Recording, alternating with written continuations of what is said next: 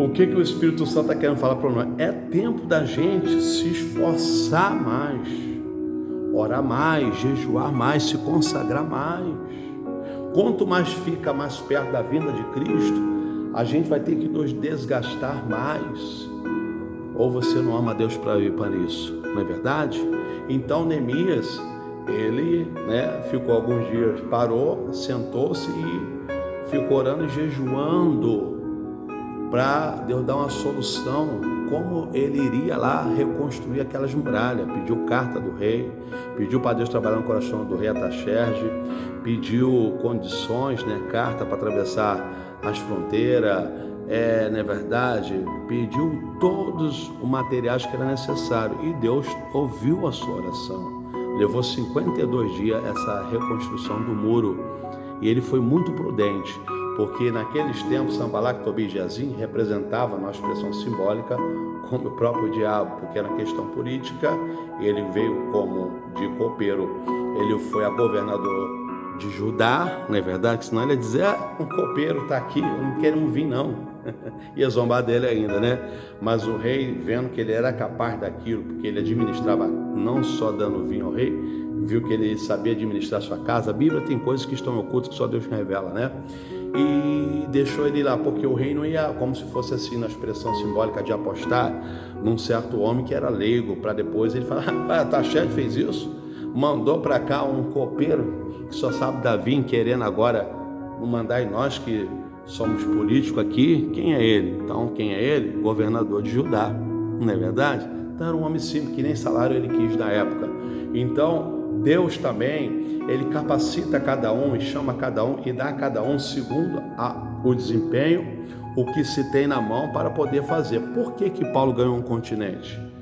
Paulo era munido de conhecimento. Paulo conhecia todas as cidades, países da época dele, porque ele era fabricante de tenda. Então Deus juntou o útil como agradável e usou Paulo, não é verdade, ali.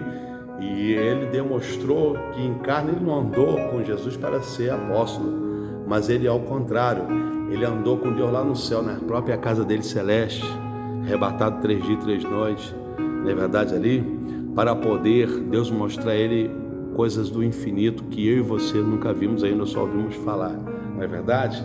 Então Deus seja louvado por isso. Por isso que nós temos que andar e prosseguir e conhecer ao nosso Senhor e Salvador Jesus Cristo. Então, o tema que eu colocaria, se fosse uma pregação, isso aqui, é somente um esclarecimento que Deus está me dando para mim e para você, seria, na verdade,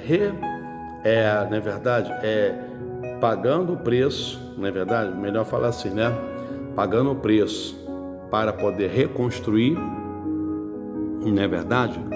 Ou reedificar, ou pode botar restituir, que foi as muralhas, Então tem muita gente que essas muralhas simbolicamente de lá, Jerusalém, representa a nossa vida. Como está a tua proteção? O muro fala de reedificação, propriedade, na verdade reedificação. Como está a sua defesa? Como está a sua vida perante a Deus? Como você está se sentindo, forte ou fraco? Porque se você está se sentindo fraco, não fica assim, porque Deus não te chamou para ser fraco. A carne pode até ser fraca, mas o espírito tem que estar pronto. Romanos capítulo 14 diz que uma fé enferma te deixa fraco. Na verdade, uma mente fraca vai te deixar o seu coração fraco. E o coração fraco é por causa da mente que não está fortalecida para dar ordem a todo o corpo, para junto lutar e vencer. Orimix priu a cobidawa. Por isso que Filipenses 4,13 diz: tudo eu posso naquele que me fortalece. Orimix priu a cobidawa. Por isso que os falidos, vários de espírito desgostoso, que foram guerreiros, imagina que eles vão cruzarão com espada embaixo na cintura, chega lá com a cara toda assim, frustradinho, coitados, mas tudo com pinta de guerreiro, tudo fortão. Chega lá, pau, daquele jeito, e começa a ouvir que naqueles tempos ainda era início, Davi ainda era meio frangelo ainda no seu corpo, tanto em idade também, porque era o início, ele estava ainda nas suas experiências, nas suas lutas do dia a dia no deserto com Cristo, e ali eles entram na caverna de Adulão, e Davi estava cheio da unção. Davi começou a contar a história, que de lá da sua harpa e contar a história como matou Golias. Então aqueles homens ouvindo aquela história verídica, a unção que estava em Davi, integrinou neles, esfregou neles também.